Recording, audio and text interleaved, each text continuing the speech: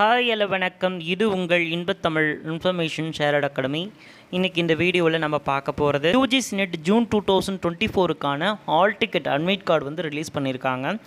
Exam வந்து 18 June Tuesday 2024 அன்னைக்கு நடக்க போகுது.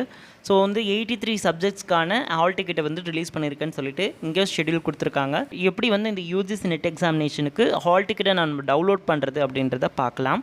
இதில் பார்த்தீங்கன்னா யூஜிசி நெட்டோடைய அஃபிஷியல் லிங்க் பார்த்தீங்கன்னா இதுதான். So application number, date of birth இதை வச்சு தான் உங்களுடைய ஹால் டிக்கெட்டை வந்து டவுன்லோட் பண்ண முடியும்.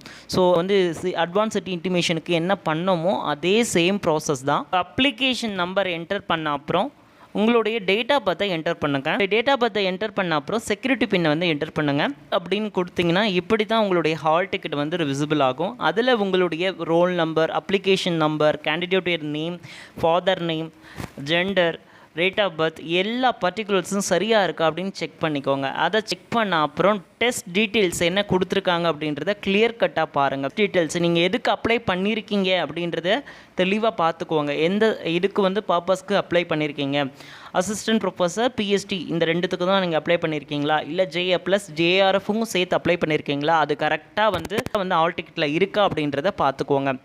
தென் வந்து உங்களுடைய நெட் சப்ஜெக்ட் என்ன, டேட் ஆஃப் எக்ஸாமினேஷன் என்ன, ஷிஃப்ட் எந்த டைமிங்கில் வந்து ஸ்டார்ட் ஆகுது, ரிப்போர்ட்டிங் டைம் வந்து எந்த டைமுக்கு வந்து ஸ்டார்ட் ஆகுது அப்படின்றத கொடுத்துருக்காங்க.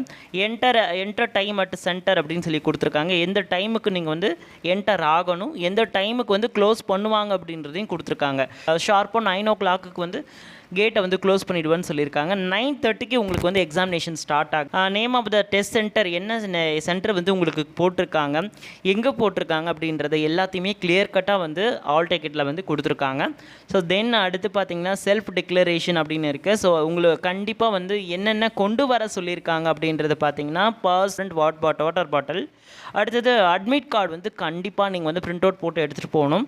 அடிஷ்னலாக 2 பாஸ்போர்ட் சைஸ் ஃபோட்டோ எடுத்துகிட்டு போகணும். கவர்மெண்ட் இஷ்யூ பண்ண ஏதாவது ஒரு ஒரிஜினல் ஐடி ப்ரூஃபை நீங்கள் கொண்டு போகணும். அது மஸ்ட்டு. அது கொஞ்சம் அது மாதிரி அதை ஏதாவது விட்டுட்டு போகிறீங்க, கண்டிப்பாக ஒரிஜினல் ஐடி ப்ரூஃப் அப்படின்றது ரொம்ப ரொம்ப இம்பார்ட்டன்ட். ஸோ அப்புறம் சில இன்ஸ்ட்ரக்ஷன்ஸ் எல்லாம் கொடுத்துருக்காங்க. இம்பார்ட்டன்ட் இன்ஸ்ட்ரக்ஷன்ஸ் ஃபார் கேண்டிடேட்ஸ் அப்படின்னு கொடுத்துருக்காங்க. இந்த இன்ஸ்ட்ரக்ஷன் ஒவ்வொன்றைக்கும் நீங்கள் கிளியர் கட்டாக படிங்க. ஸோ இதெல்லாமே உங்களுக்கு important points to remember to note that examination. நான் ஆதார் கேண்டிடேட்ஸ்க்கும் ஒரு ஃபார்ம் கொடுத்துருக்காங்க.